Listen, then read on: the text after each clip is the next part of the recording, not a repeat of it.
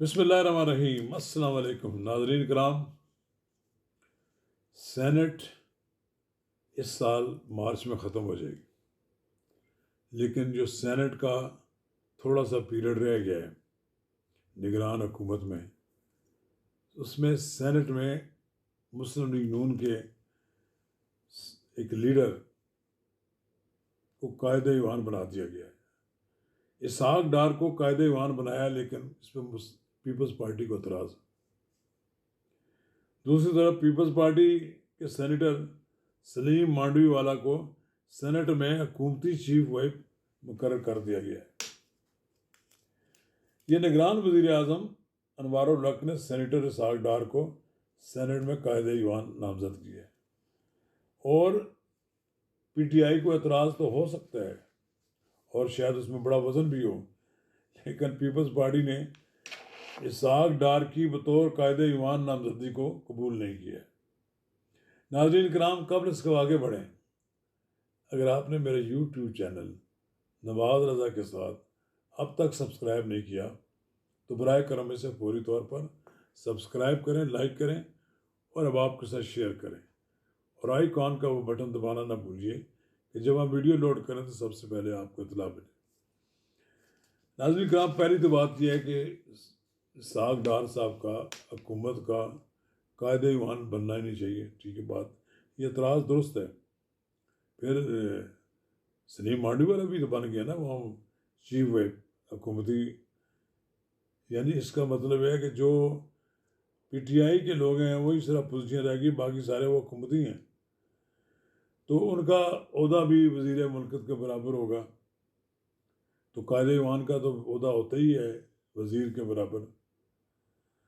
अब ये इंतखाबात होने 8 फरवरी को, मरकज़ और सूबे में निगरान हुकूमतें हैं, वहाँ पर अगर इस तरह की मतलब बेज़ाब्तियाँ की जाएंगी तो यकीनन सवालात उठेंगे। बेज़ाब्ती ये है कि किसी सियासी जमात का कोई सेनेटर कायदे ईवान नहीं होना चाहिए था, लेकिन जब बना दिया गया फिर उस पर एतराज़ात तो उठेंगे। लेकिन सबसे ज़्यादा जो एतराज़ उठाने वाले हैं वो नहीं कि हुकूमती इत्तेहाद में शामिल पीपल्स पार्टी वाले हैं। अब पीपल्स पार्टी और मुस्लिम लीग नून में इस बात की भी दौड़ लगी हुई है कि कोई बड़ा ओहदा अगर कहीं मिल रहा है उस बड़े ओहदे को वो खुद संभाल लें। तो अब देखते हैं पीपल्स पार्टी के साथ ये जो क्या कहते हैं चलेगा एक दूसरे के साथ जो झगड़ा, ये कहाँ तक पहुँचता है। फ़िलहाल तो छोटी छोटी नशिस्तों पर भी एतराज़ात कर रहे हैं। भाई, आप भी तो उनकी हुकूमती पार्टी के चीफ व्हिप बन गए हैं, आप किस तरह उसके एतराज़ कर सकते हैं। बहरहाल ये एक सियासत बड़ा बेरहम खेल है, लालच है, तमा है, मुफाद परस्ती है। ये लोग एक एक नशिस्त के लिए लड़ते हैं, आपस में वजारतों के लिए लड़ते हैं। तो ये पीपल्स पार्टी तो अब मुस्लिम लीग नून के हर उस इक़दाम को चैलेंज कर रही है और ये ज़ाहिर करना चाहती है कि हम आपकी अपोजिशन है। दूसरी तरफ आसिफ अली जरदारी बड़ा सोच समझ कर चल रहे हैं। वो नवाज शरीफ को अपना साथ कोई टकराव में नहीं ले जाना चाहते। उन्हें मालूम है कि 172 आदमी तो हमारे पास नहीं होंगे, और ना ही हम इस पोजीशन में होंगे कि हम अक्सरियत में हों।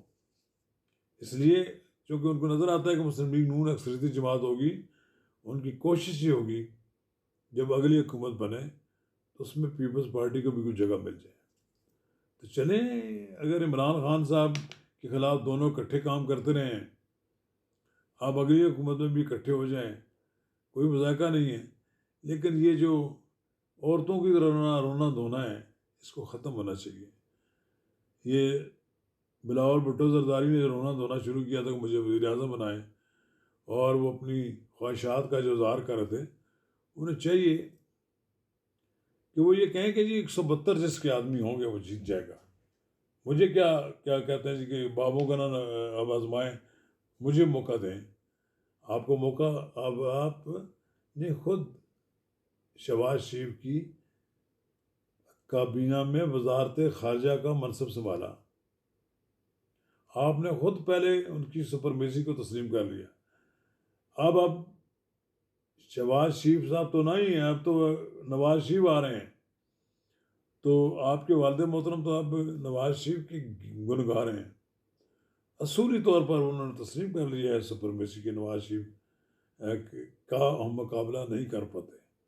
उन्होंने बड़े तरीके से कहा है कि बेटा मेरा इमेच्योर है, उसको अभी थोड़ा सा मज़ीद ग्रूमिंग की ज़रूरत है। उन्होंने अपने पूरे इंटरव्यू में कहीं भी नवाज शरीफ को कन्फर्ट नहीं किया। वो समझते हैं कि हुमा नवाज शरीफ के सर पर बैठने वाला है, बेहतर ये है कि उनके साथ मामला तय करके चलें। अब मामला तय करने में कितना वक्त लगता है?